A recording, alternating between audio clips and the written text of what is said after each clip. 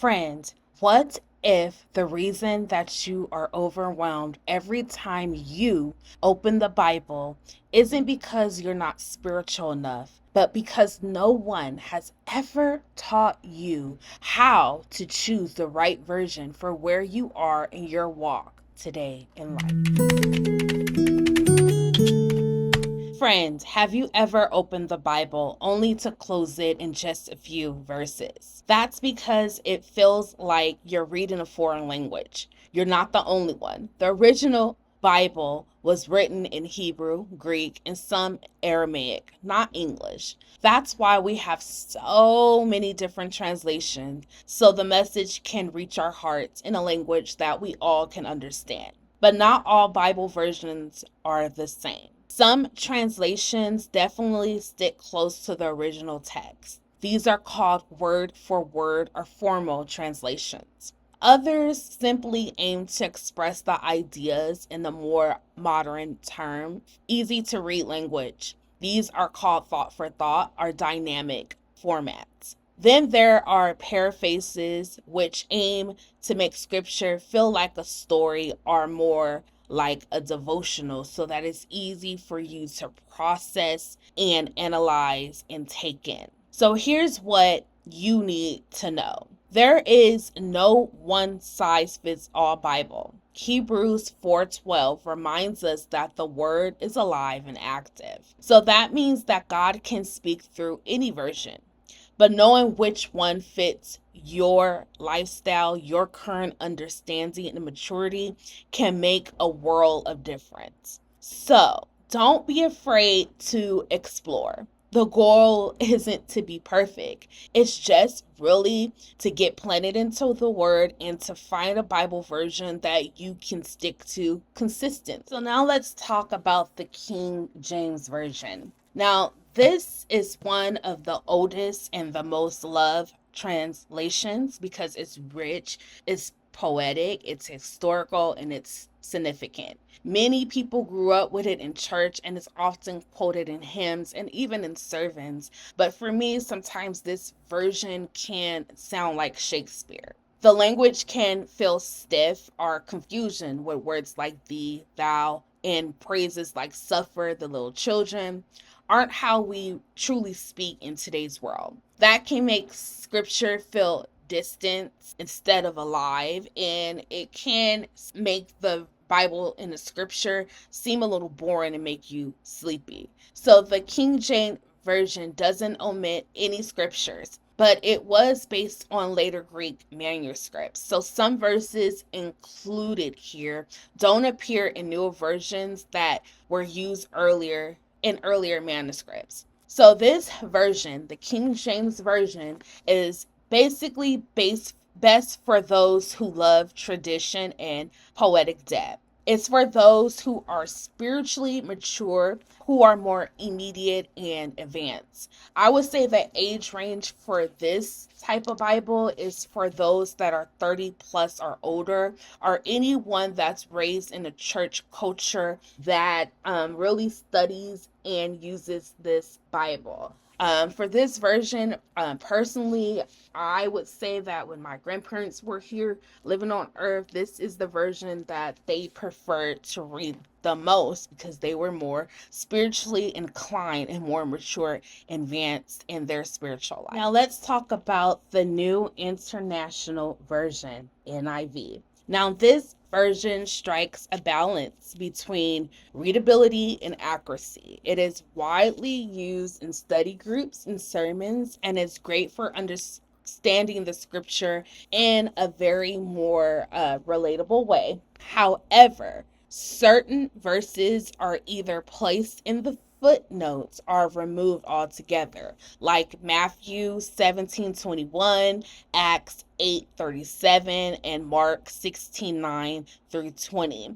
These verses are not deleted, but they are noted as absent in other manuscripts. That's why you'll see a note or a bracket instead of the actual verse. Now, this version translation is best for everyday reading, group studies, Now, the spiritual maturity for this NIV Bible is for beginner to intermediate between the age range of 18 to 44. Now, the New Living Translation, the NLT, feels like someone is sitting next to you explaining the Bible in more of a conversational format. It's emotional, engaging, and easy to read, especially if you are new to faith. Just like the NIV, some verses such as John 5:4, Matthew 18:11, and Acts 8:37 are missing or placed in the footnotes. This doesn't mean the message is compromised, but it does highlight the need to read with awareness and just to be aware that some scriptures may be found in the footnotes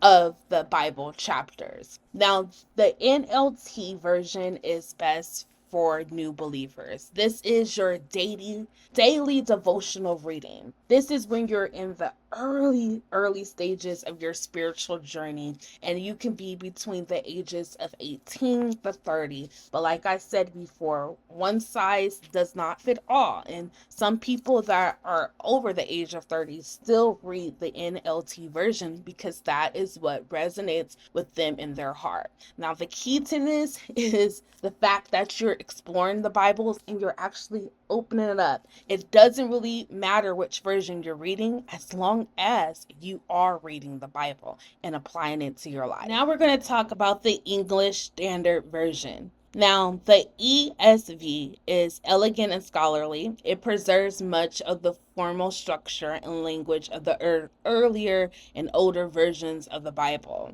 It is still clear and readable.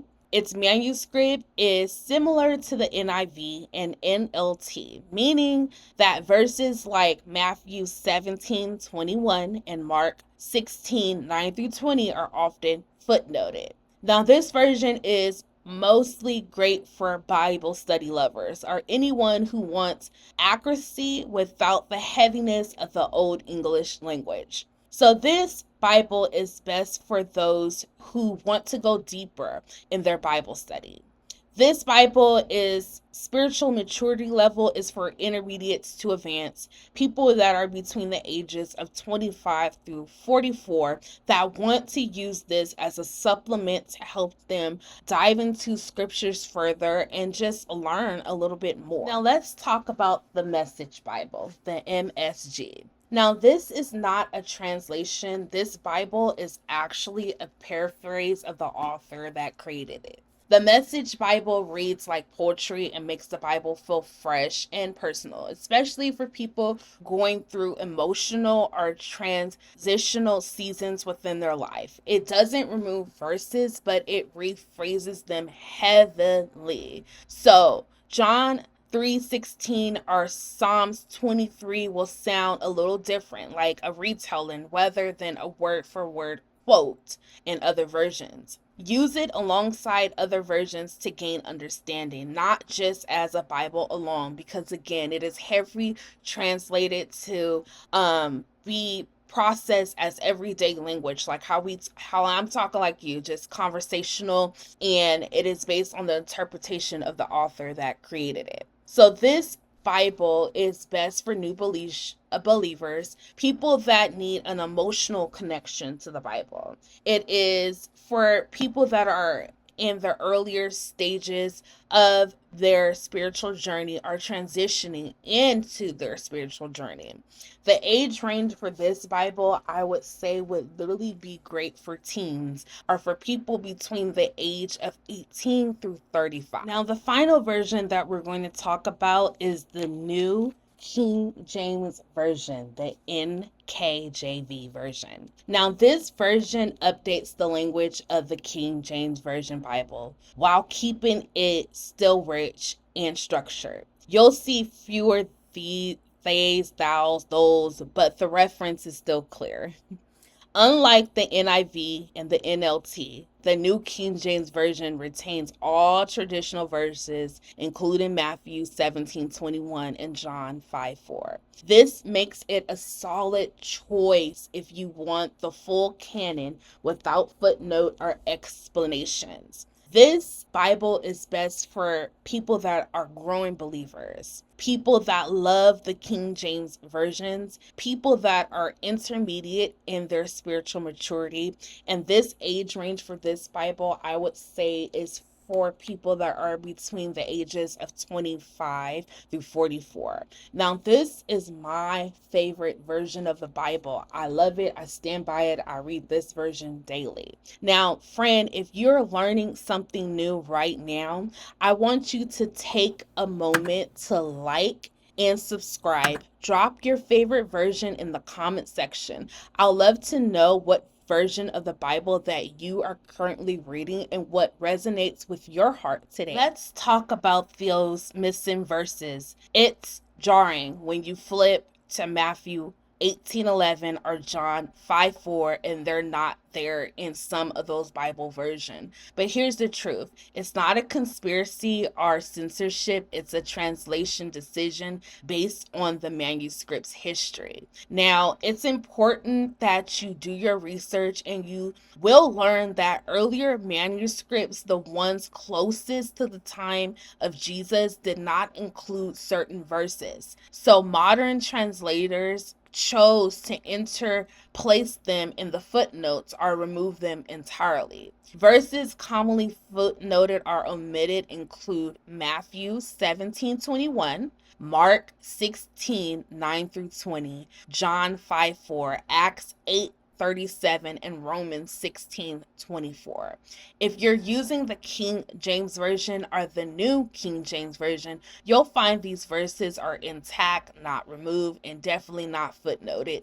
In the NIV, the NLT, and the ESV versions, they're either moved or explained in the notes down below the Bible page. As for 2 Timothy 2:15 reminds us that we must study to show ourselves approved. That means don't just read, but research. Flip to the footnotes, compare translations, ask questions. The more you seek, the more you'll understand, and the more that God will reveal to you right now here in your spiritual journey. Now, choosing a Bible isn't about impressing anyone. It's about your intimacy with God. Just like a baby doesn't start with steak, you don't have to start with the most scholarly transition either.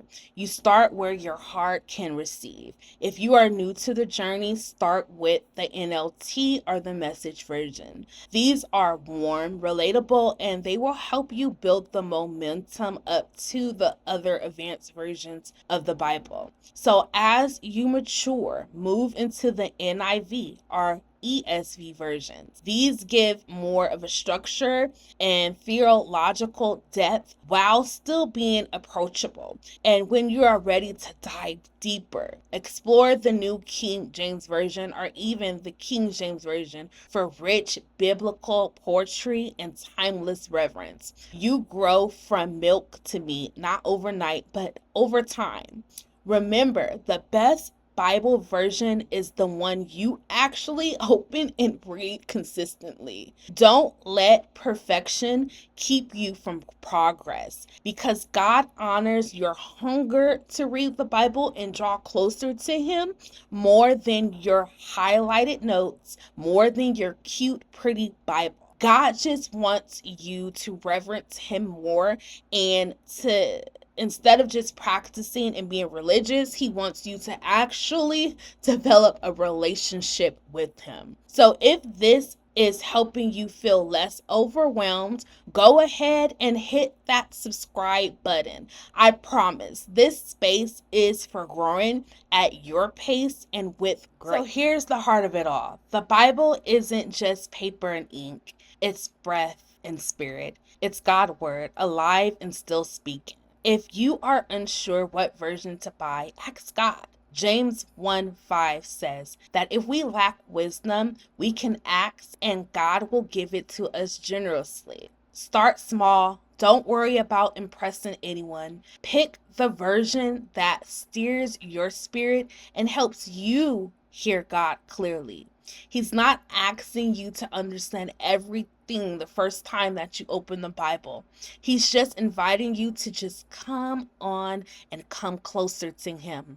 one verse at a time, one page at a time, and one yes at a time. So before you go, I would love to hear from you. What Bible version are you reading right now? And what's one verse that stuck with you lately? Drop it in the comments. Let's encourage each other in this journey of our growth and grace. Thank you for showing up for you.